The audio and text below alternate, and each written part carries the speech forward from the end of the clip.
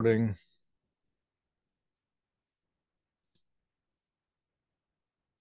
All right. Good afternoon, everybody. Happy Canada Day after the Canada Day. It was yesterday. So I hope everybody's nicely well rested after the long weekend. Right, right. So, all right. If you take a look quickly at this, our course plan. Today I had scheduled the cable infrastructure concepts right here. However, we're going to go quickly through this one because, as you remember, last term we had some extra hour. So I presented you this very topic. So we just, we still have to cover that with this, but we're just going to skip through it pretty quickly because you already have that. And that's pretty much not a big philosophy about anything of that. So that's going to be a quick review for that. But what I'm going to also do is I'm going to start on the coaxial cable and signal routing and multiplexing. Later on, we'll take care of the fiber optic. So we're going to start doing this kind of stuff here. And maybe we're going to go over that again when the time comes through, because this particular subject is a little tiny bit more complex than the others. So from the previous years, I noticed that sometimes it's a good idea if some of this particular one is covered in maybe repeated in better detail. It is important for us to know all of this thing. So let's get started on the quick review of this cable infrastructure things. Here. All right, let me just zoom in a little bit. Zooming in on Zoom. All right, so for the most part, during our labs, what we are covering is terminating a jack, terminating a patch panel, maybe terminating a connector, and all that stuff that is well, important for you to understand how to do this, and it is going to help you be employable.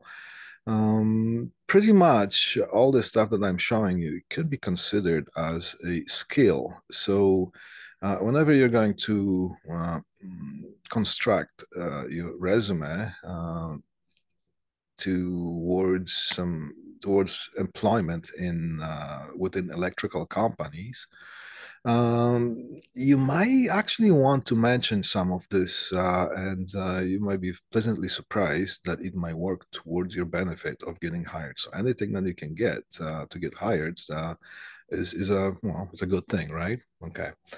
All right. So now, uh, the first thing that you're going to notice, if you get employment, if you find yourself employment in this type of field, which would be the electrical or data infrastructures. And you know what? Quite often, if you talk to anybody who's working in the field, quite often you're going to find that those two subjects, the electrical and the data infrastructures, they do intertwine, they overlap, and it's a really extremely good idea to know how to do both. Okay.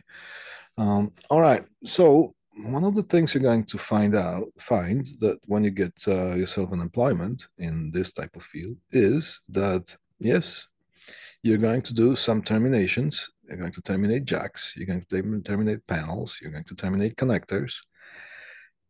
But before you do that, you are going to have to do a lot of so-called wire pulling and wire installations. And depending on the situation, wire installation, so-called wire pulling, can sometimes can get easier than other times, right? And sometimes you really have to do some intellectual gymnastics in order to properly install a specific type of wire to a specific location. And well, so it looks professional. And also, let's not forget that you don't damage the existing structure. Now, for the most part, you're going to find yourself in two basic scenarios. One is that it's a brand new construction and you have arrived on site at the right time. What do I mean by saying at the right time? By saying this, I mean that all the structure is there, the framing is there. It could be timber or it could be steel framing. And the drywall or otherwise wall units are not installed yet onto the framing. So that's a perfect scenario. Well, almost. Okay. There's another condition that's excellent well, excellent. Another condition that's really, really good to know when the right time is. So whenever you are scheduling yourself, if you're working for yourself, or if you're suggesting some particular time frame to the people who you work with, maybe the project coordinators, or if you are a project coordinator yourself, who knows? Time goes by quick, and you might find yourself find yourself in a spot that well, from looking for job and quote unquote, because I was in that spot as well, being desperate to find some sort of decent job, to being overwhelmed with the tasks and the work that you have to do, to the point that you might find yourself sitting in the chair of a project coordinator and so on. It goes quick from one point to another. All right. Another way to determine the perfect timing for wiring installations, especially the data. Okay, electrical sometimes, well, for the most part, electrical is going to have electrical installations. That part is going to have some solid spot in the scheduling, right? So there will be some pipe bending and raceway installations and whatnot. Then the wire pulling and other things associated with installation of whatever you have to install, mounting devices and whatnot. Right? Now, for some reason, you're going to find that when you're installing data infrastructures, somehow you might find that somebody who is scheduling the whole project is going to treat you as, yeah, okay, you can just pull a wire from here to there. Wire is a soft thing, so you can squeeze it into every corner, right? Right. Maybe not as much sometimes, because sometimes instead of running one wire, you have to run 80 wires in one bundle. And you have to do it in stages, which means you have to have some sort of specific pathway for installation of those wires. Okay, so sometimes you're going to find yourself in a situation that you have to explain to the people who are scheduling, and that might not be the people from your company, but the people who are scheduling the whole construction site. Right? Say, look, we still have to do things the right way, and well, you know what? I'm just not going to go too much about that. You will find out what I mean when you get there. All right. So, so basic two things. You're going to find yourself, okay, oh, wow, I haven't told you what's the other part of the right time. So first thing is that the framing is installed and the drywall is not on yet. So you have access to the frames, nice and beautiful freedom of running and installing the wires. It's a dream situation, okay? The other thing is that you want to be, of course, before the drywall is installed, but after the air duct people are gone. And from the experience, I'm going to tell you, you don't want to be before or during the time that the air duct people are installing their things in the ceiling, in the walls and whatnot.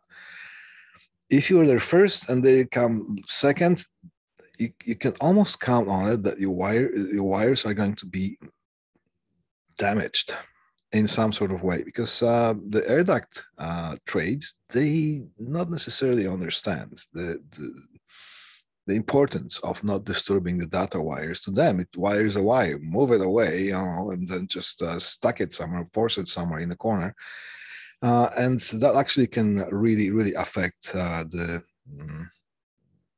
way that your system is installed, to the point that you might have to reinstall some stuff over and over again. And have I been in that situation? Sometimes you have more control over things, sometimes less. All right. And in those cases, sadly, I have to say that, well, it's a good thing that you get paid by the hour, but make sure you document everything. Make sure that you are in constant communication with your project coordinator, so that person is not found by surprise. Because if you don't tell them that, it is going to be your fault. Somehow it works that way. All right. So before the drywall is installed and after, the air ducts people are out and done and out. Okay. The other two basic things you're going to find is the framing. You're going to have either steel or timber framing. Now, when it comes to steel or timber, if these are those, see here, these are called studs, and you remember that from the last semester that we talked about. The vertical beams, the vertical pieces of wood, 2x4. And they are not actually 2x4 inches, but they're called 2x4s. They're slightly different dimensions, okay? So those are called studs, all right? Now, the horizontal ones, they could be called internal wall nailer or sometimes nodgings. Quite often, you're going to find the terminology horizontal studs, just because it's a quick thing to say, and if you hear that, basically that's what it means. Now, when it comes to the differences between timber and steel, and it's not a general rule, but for the most part, you can pretty much almost 100% of the time, you can expect that those horizontal studs are going to be in your way if you're going to pull the wire from the ceiling space into that maybe 1 foot above the floor. So you're going to have to run the wire. Can I get a different pointer here? Never mind.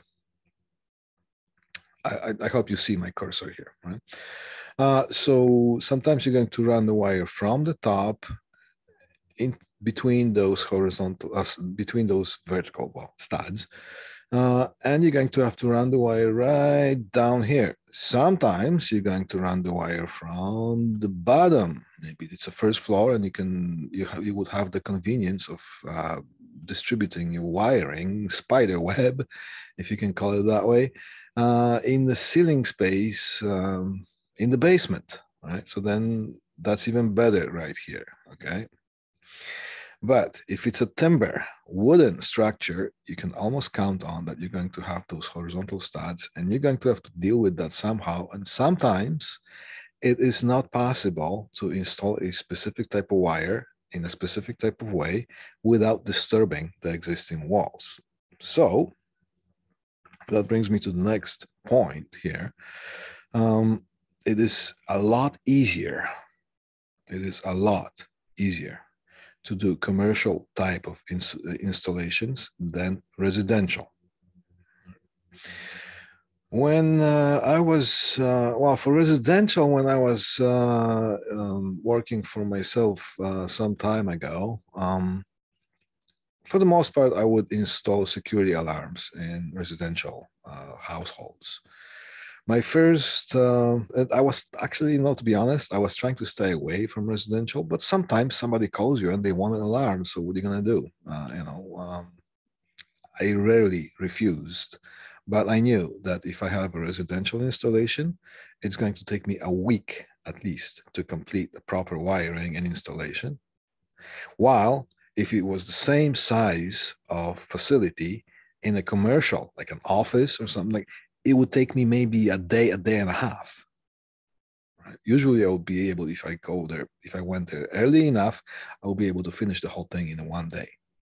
I was tired after that, but hey, the paycheck look good. Okay. So for residential, I would always, one of my often asked questions was, are you planning to do any painting anytime soon or at any point? And sometimes they would say, yeah, we could use some paint. So yeah, next month we're going to do some. Okay, so if I disturb some drywall, you can just patch it up, or maybe I can patch it, depending on how you make the deal with the client. So that's okay. You can disturb some walls, and they can be patched up and painted over because the client is going to do some painting in their house. But a couple of times, and I actually it came that the deal didn't go through because I said, well, I'm planning to do some painting. And why? Well, because I need to run some wires somehow into the building, into the walls. And sometimes I'm going to have to disturb some walls. Oh, we just painted. Oh, and now you're calling me? Well, it's not their fault because they don't know. You know your business. They don't have to necessarily know your business. What will be the option for that? Well, install wireless devices. And here's the thing that it's good to remember. A hardwired door contact, like the one you would put right here, for example. No, somewhere here. You would put a contact, would be like a flash in-frame contact right above where the door is, and then inside the door frame itself, you would incorporate a magnet. So when the door opens, the magnet gets away from that flash contact. It looks like this, all right? So here's the contact, and here's the magnet. And that's where the magnet would go because it doesn't require any wiring. And the contact itself right here, it would go right, you have to drill appropriate hole so this housing of this contact just gets pushed in there. And this part right here, this front, it will be just flush with the frame. It will be just one surface. So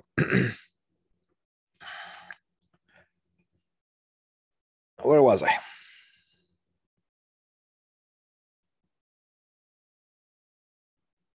Okay, so we're talking about it. Okay, so all right, yeah, okay, I know, I remember. Senior moment. Well, sometimes man,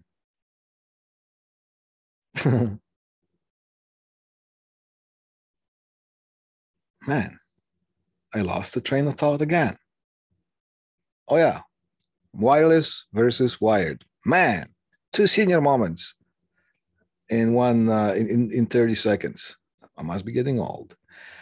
So the cost that's impressive. Yeah. um, the cost, excuse me, the cost of this hardwired contact is very low. You're talking dollars. You get them in a pack, and maybe you can spend $30-$40 per pack of 10, depending on what brand and what size they are and whatnot, and who sells them. So the cost of that could be like $3-$4. But you're going to have to run a wire from this point, maybe drill a hole here, access hole to that, and it all takes time. Plus the cost of the wire, plus the termination costs, and it's all adds up to the time. So it might cost the client maybe $100 by the time you're done for this one device. When you add the time, when you calculate the time. All right, so the other option is to install wireless door contacts. And wireless door contacts, usually there will be something that's called surface mount. There would be a magnet mounted on the surface of the door. And there would be the intelligent device with a battery and all the circuitry that's incorporated in that housing, also surface mounted on the frame of this. And that might cost anywhere from $80 to $120, sometimes more. So when it comes to the price, it almost comes up to the same thing. This would be for a security system, yes. Yeah. And sometimes, but not only, because sometimes dark contacts and sensors are also installed as part of something that's called access control system. An access control system involves a little more, because sometimes you're going to have to install something that's called a door strike, which is like a magnetic kind of a release mechanism that releases the lock of the door if you swipe your fob, key fob, or access card to the towards the proximity reader. All right. My work has a battery-powered sensor. It trips a low battery about half the time. The other half time, it's fine. Yeah. Depend. Oh, yeah. Okay. So depend. Well, in this case, I would just say, okay, here's like, cool. I'm going to read that thing here because it's being recorded. So, okay. My work has a battery powered sensor. It trips a low, I'm assuming it shows a low battery about half of the time, and the other half of the time is okay. It could be a low battery, actually. The battery could be up for replacement, or there could be something actually wrong with this with this device. It depends. I could talk all night about this thing, but let's not diverse. But thank you for mentioning that. All right, so quite often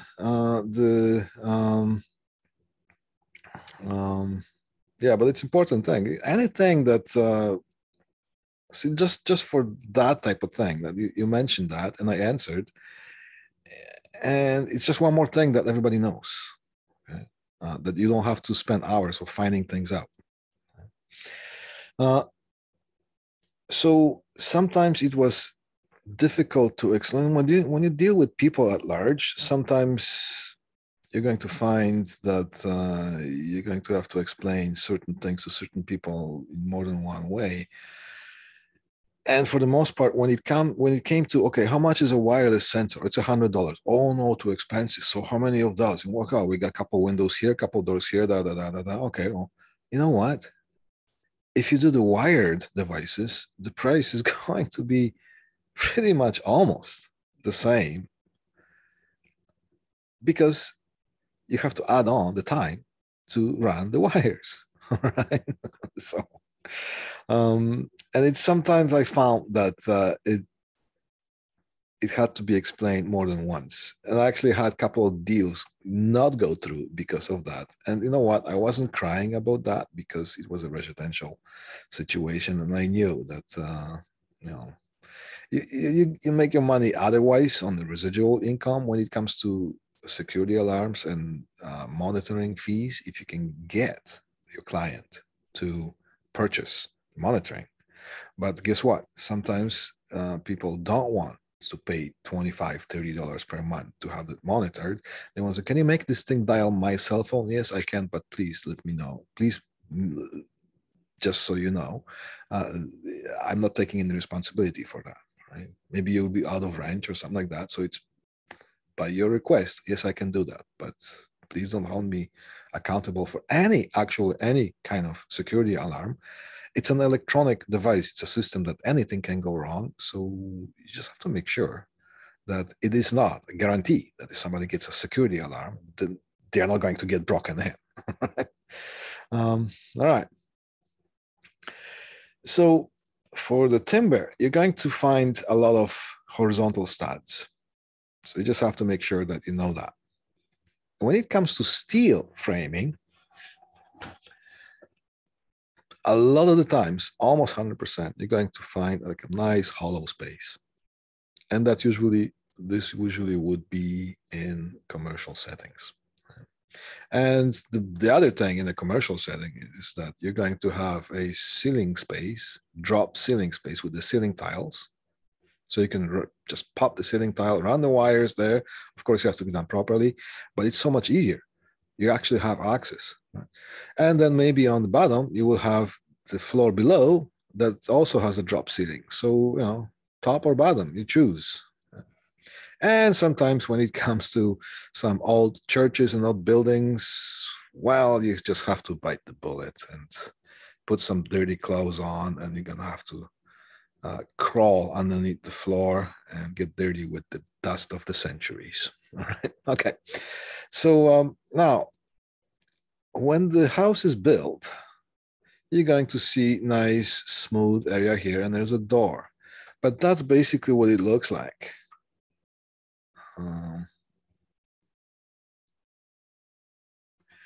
That's basically what it looks like when it comes to timber. Now, this here, sometimes you're going to have a little spare to run the wire, and sometimes it's going to be, well, a bunch of wooden boards stuck together. So you're going to have one solid piece of wood here. So you're going to have to drill a hole through this. So it is a great idea. For residential, it's a good idea to get yourself some contracts. Yeah, PPE is important, yes. And it actually is. You're going to get, it's nice to get some contracts with the house builder. So you go there as a part of the building team, and usually you would meet the same companies, same trades that do other things, and you can establish a nice symbiosis with them, nice working together environment that you can, on Friday evening, you can just go together and tell your stories over a glass of beer. All right. So that's okay. But if it's existing house, well, sometimes selling wireless devices is the thing to do. And some companies, they're just strictly wireless when it comes to just go slap it on. And some of them are better than others. Okay.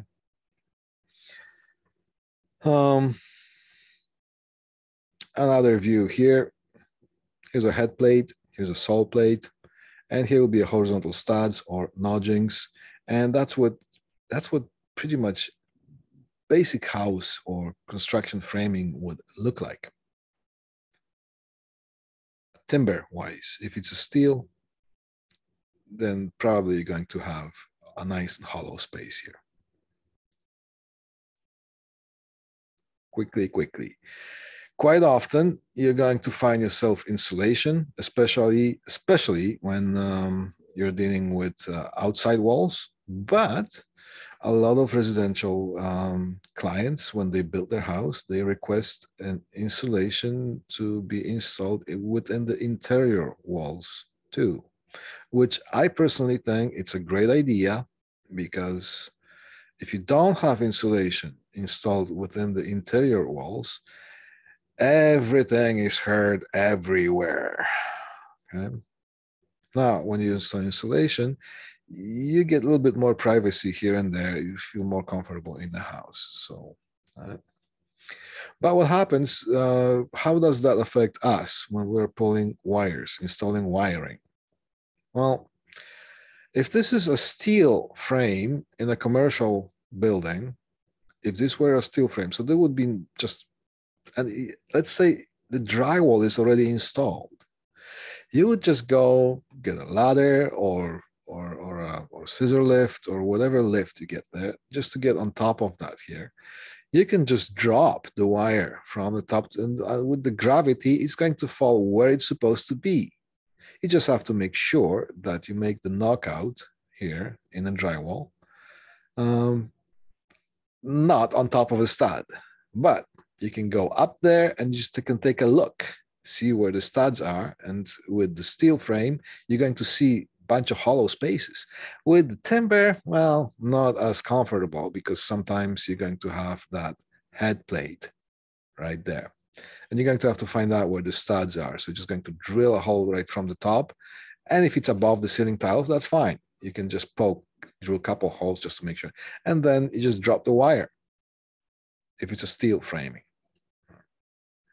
If it's a timber framing, then you have to know that, okay, the wire, if you drop from the top, it's going to go only so far. So you're going to have to find some other ways of doing things, maybe from the bottom, or maybe disturb the wall here, disturb the wall here, drill a hole through that and patch things up. Been there, done that too. Okay?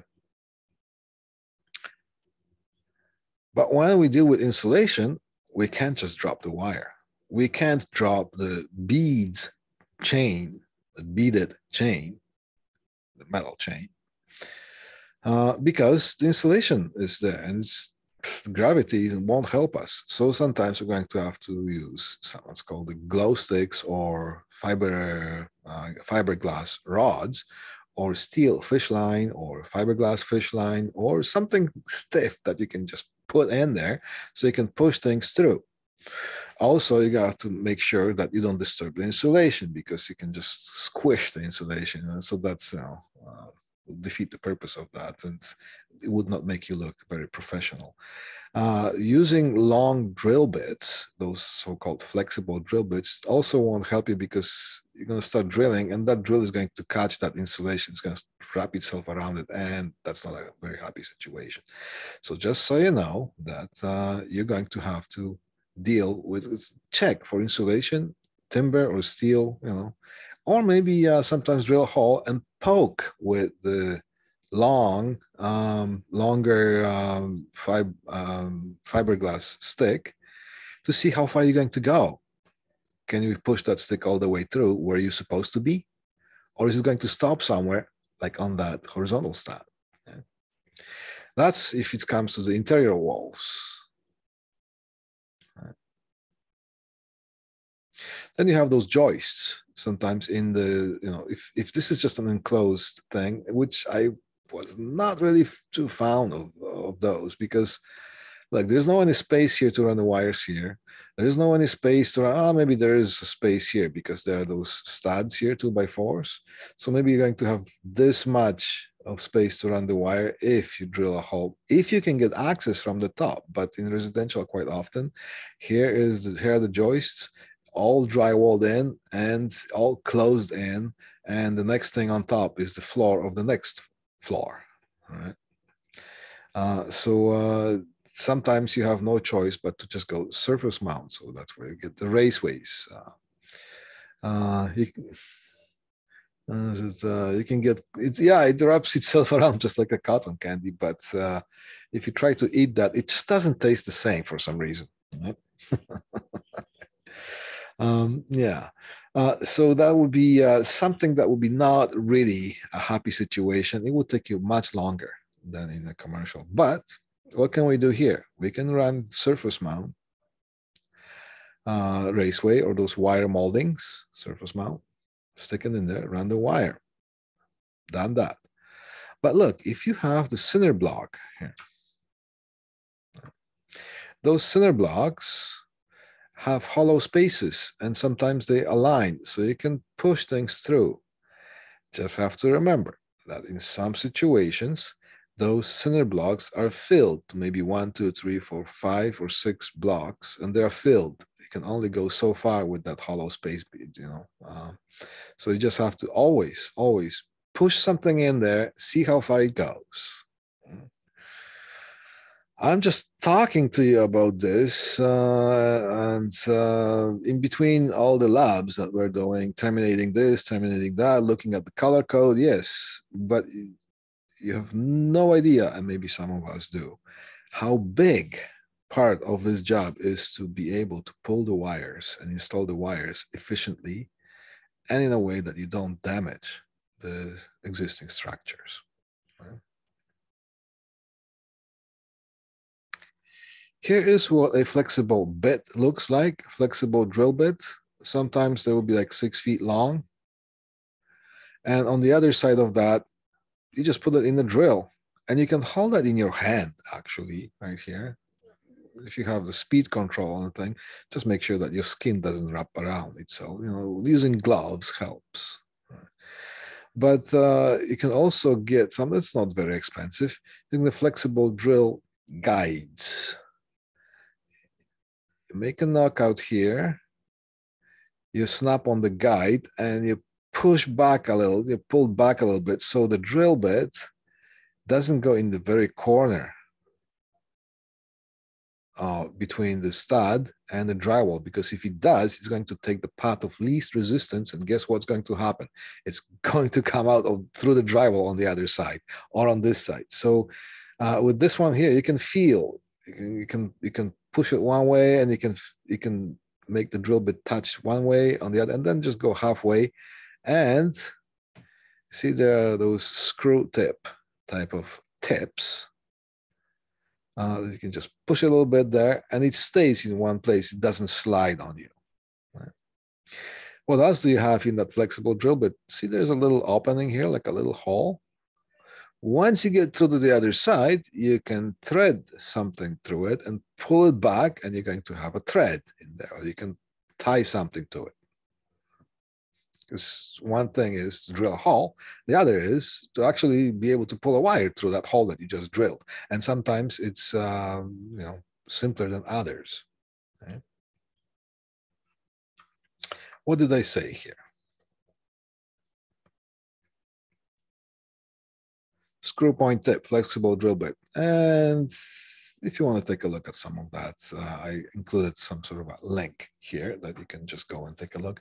If you really want to go and touch one of those things, go to one of the hardware stores, Rona, Lowe's, Home Depot, home hardware stores, anything that's locally. They might have, and you have to look at the electrical section there.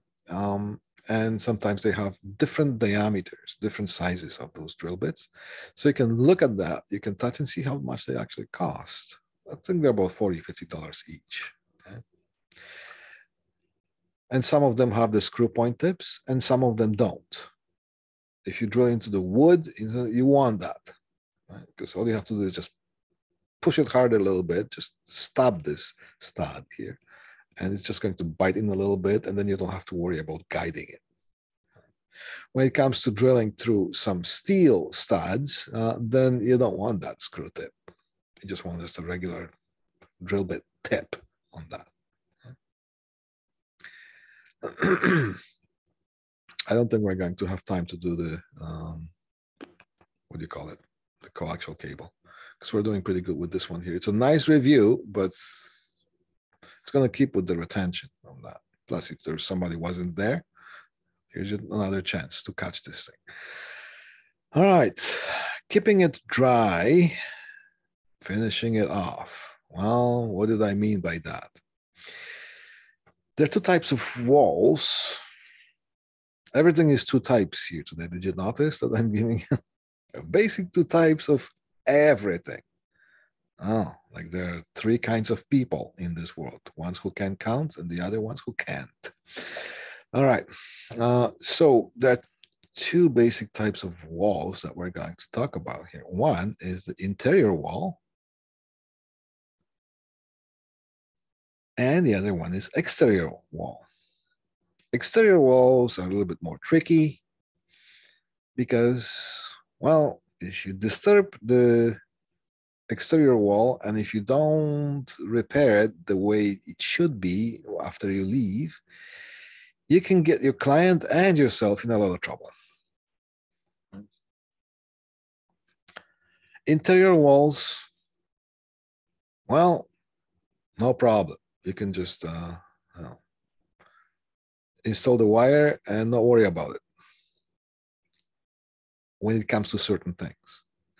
Exterior wall, well, exterior wall separates the outside from the inside, and it has to do it in a specific way that the house breathes properly.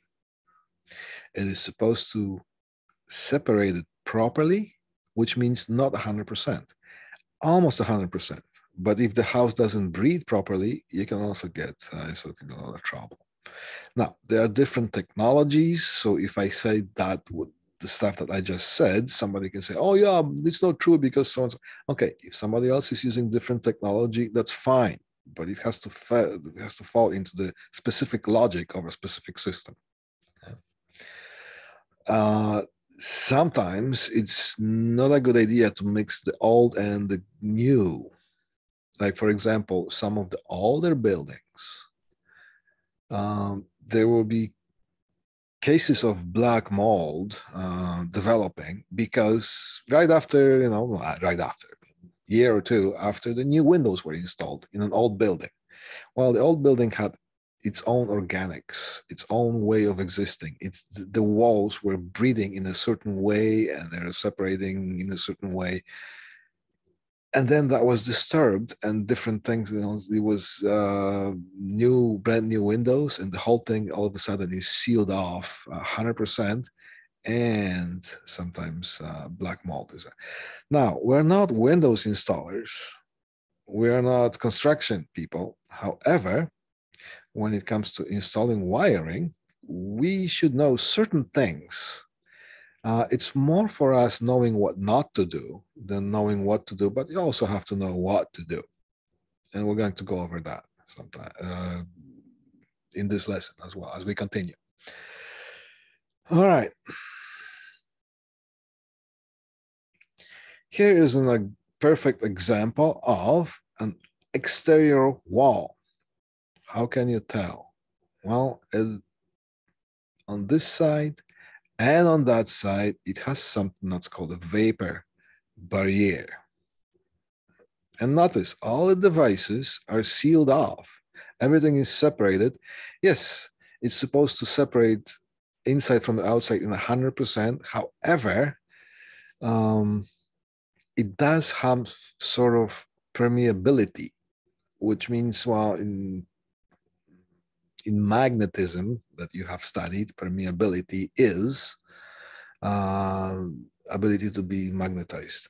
In this case, permeability is the way that the house or the wall or the barrier breathes, how easy it is to penetrate that with air or moisture or whatnot. There you go, how easily the air penetrates. Yeah. But when we're doing this thing, we are going to worry about sealing it off 100%. Whatever else happens like that, it has to do with the types of materials being used and what. So that's we have no control over that.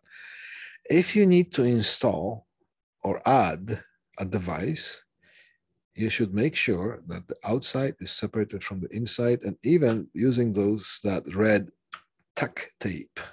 Okay. If you disturb a vapor barrier, you should repair it.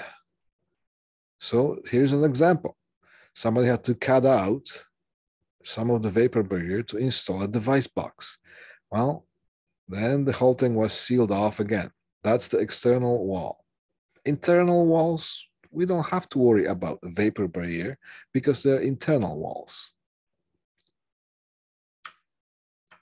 They don't separate outside from the inside. They separate one room from another, one area from another, and both areas are inside.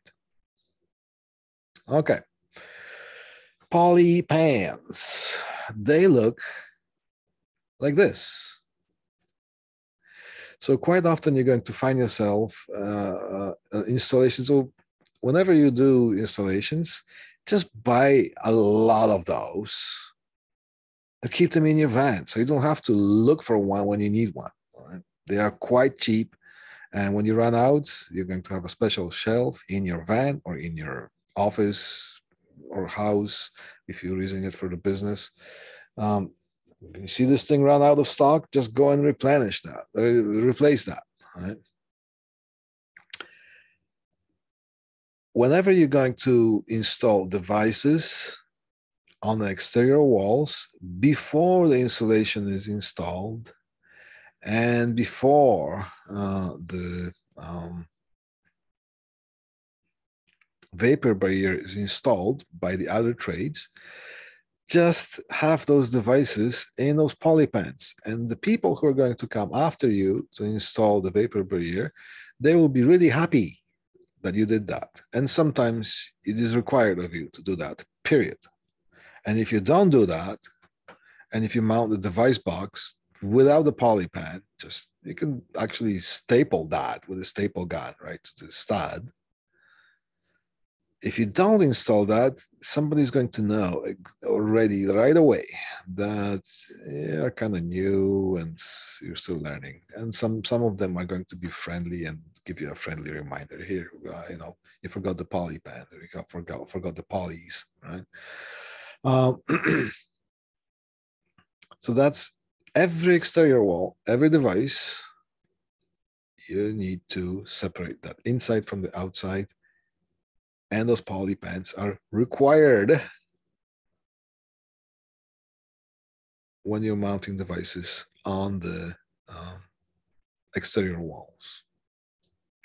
If you disturb exterior wall, you should repatch it, and the red tuck tape is pretty good. Order of the day if that's what you're doing during that day. Here's what black mold looks like if you smell black mold, and it smells like an old dungeon basement type of metallic smell, hits your sinuses in the back of your throat. You smell that? Just get out. Don't talk. I can smell it. No, if you smell that, just get out. It is extremely not beneficial for our human bodies, and that type of injury does not happen right away.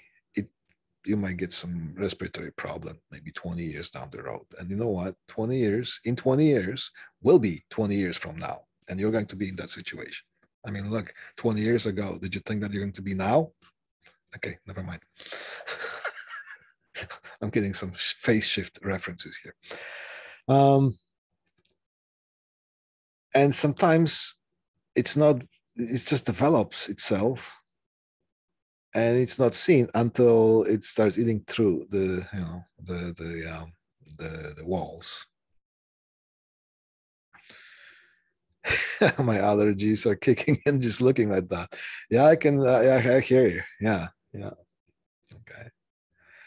So you can actually end up being sued for this. I haven't heard a case like that, but it's a possibility. If you disturb the exterior wall, not in a proper way. That's why I always try to stay away from residential. But some people do like residential, so I shouldn't be saying that. And there's some not instructions, but some letters that are combined into words and constructed sentences to give you a little bit of definitions of what exterior wall is, what depth barrier is, and whatnot. Um, so you can just go through that, and you can use some of the some of the references if you want to study more. The bottom line is exterior walls.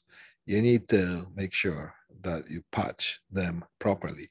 And if you're not sure what I'm talking about, just stop me out, during my one of my in-person classes. Just ask me to go over some of that again, or sometimes when we're walking from one class to another, we can talk in the hallway or stay after class. Or if you have a certain type of project, maybe your cousin's brother's sister wants to install a couple of wires there.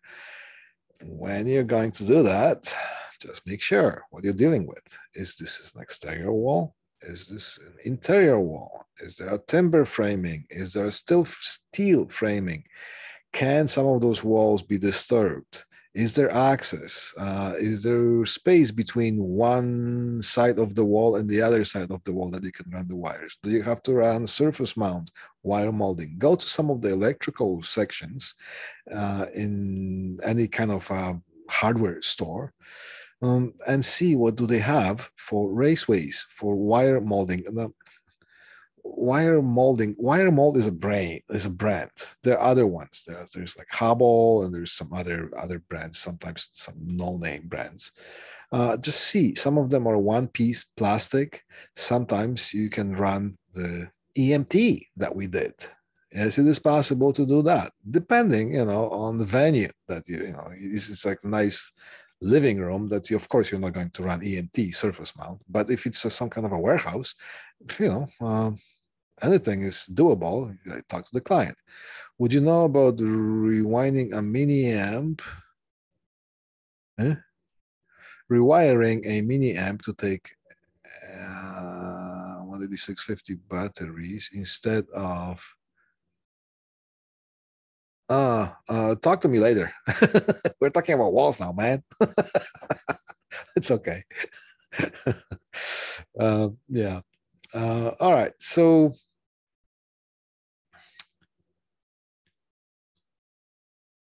when it comes to installation stages, first stage is rough in. What is a rough in? You just get the wire from, let's say, the home run location when all the wires come in. So that would be like a LAN room, okay, or communications room. And you just pull them to the location, not necessarily even putting them into the knockouts or the device boxes. That's a rough in stage. Sometimes during the rough in, if you can pull through, right? Then there's destination prep.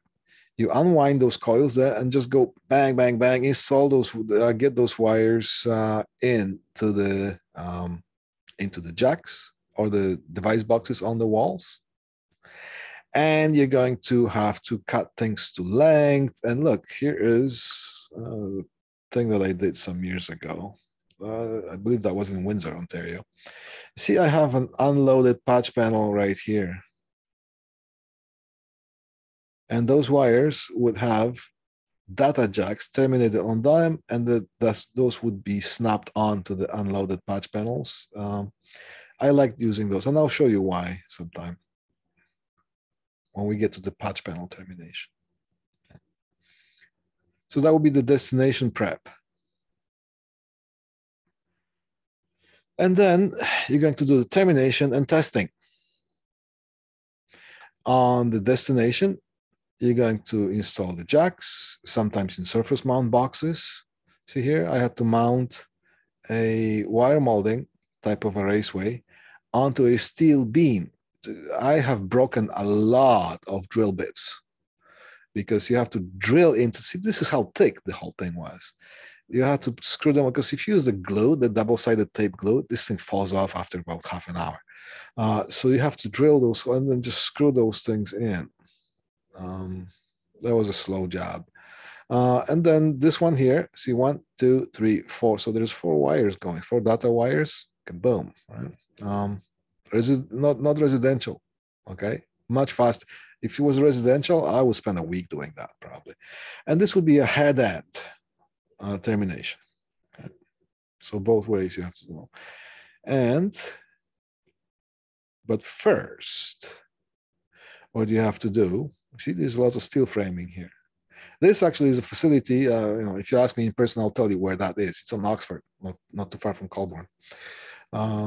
Relatively medium-sized facility. We installed data wires, telephones, security cameras, security alarm, and something else. I think that was it in there. So planning. Hence, if somebody asks you to do a survey, all right, survey means going on site and seeing what's what.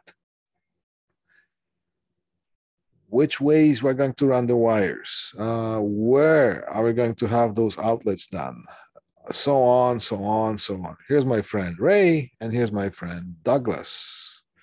And Douglas, Mr. Bailey, he's actually teaching right now the same thing that we do here in our college. Yeah. Survey can make you or break you. Because if you plan things out nicely, you can come up with a quote to the client. And sometimes when you quote the job, that's what you agree that the client is going to pay you for the job being complete. And there's no question, no, there is no but after that. If you misquote the job, you lose money. If it's a small project, well, you get a valuable lesson. If it's a big project, some companies pack their bags. Right? And it has happened in the history of the world. Right? And last,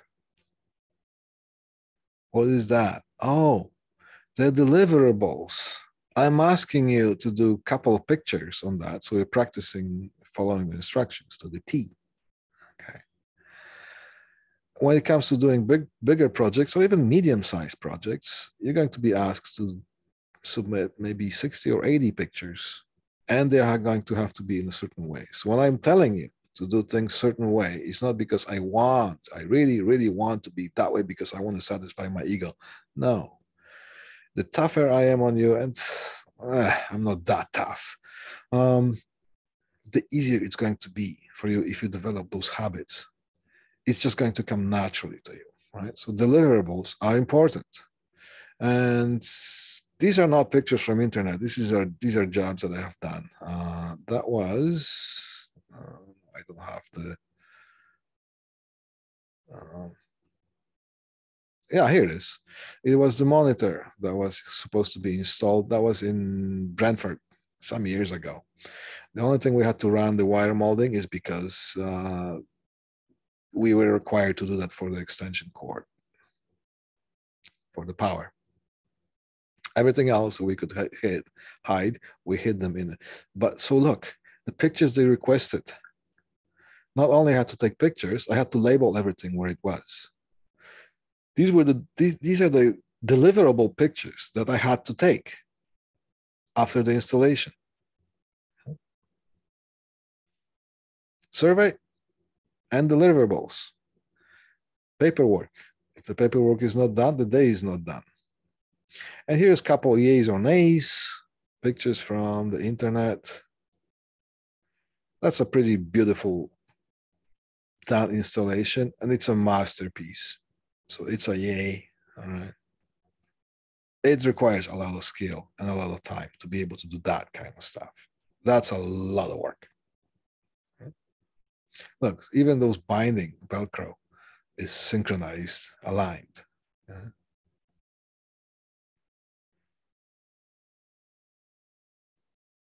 All right. Yeah. Don't do that, guys. All right. Now, have I walked into a situation like this? Maybe not as bad. I wonder if this thing is real. I think it is actually. But I have walked into situations that before I told the clients, look, before I can do anything, I'm sorry, but I can have to charge you extra because I'm going to have to clean the whole thing up first before we can proceed with any additions or modifications. And if they agreed, I would proceed. And if they just said no, just add it, and then I would just walk away. I'm sorry, we can't deal with each other because there's a huge chance that if I touch anything, something else is going to get screwed up and it's going to be up to me to fix it. So no, thank you. All right.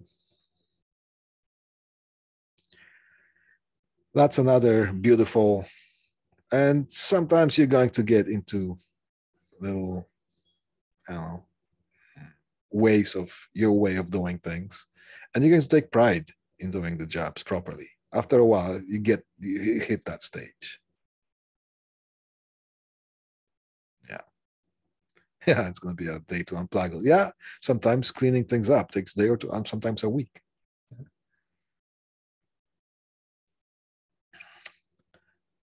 Don't do that. Picture from the internet, and there's a reference later on. That looks like that looks somewhere like in UK. It looks like cron connectors, not 66, not bigs, but cron. Sometimes in our city, you can see some of those foam boxes knocked off, and you can see the insides of that. And those would be mostly 66 blocks, very rarely bigs blocks. Needless to say, more than one person has been here, and everyone would. Somebody says looks like Thailand. Not necessarily. Yes, you could be right, but it's a close up, right? If you drive even through our city, you're going to find surprisingly, surprise, you're going to find similar hack jobs, some of the old jobs, right? Like that. So obviously this is an A. Don't breathe on it, right? And that's pretty much it for today's lesson. I thought we were going to go through this whole thing quickly, but I'm glad we actually went through this because it helps with the retention. So you have seen this type of presentation twice already, so you're going to have a twice better chance of remembering and retaining the information. And that's by no way, this is a substitute for the real thing. A lot of that, once you get to work, you're going to work with other people. They're going to gradually introduce you to the trade in the field. And after a while, you're going to enjoy the whole ride. Okay. Don't forget the test is still on. Whenever it's done, whenever it's done, please don't ask for extensions because they won't be any. You have a whole week to do it, so don't ask for extensions. And that's it for today. Thank you very much, guys. Love you. See ya.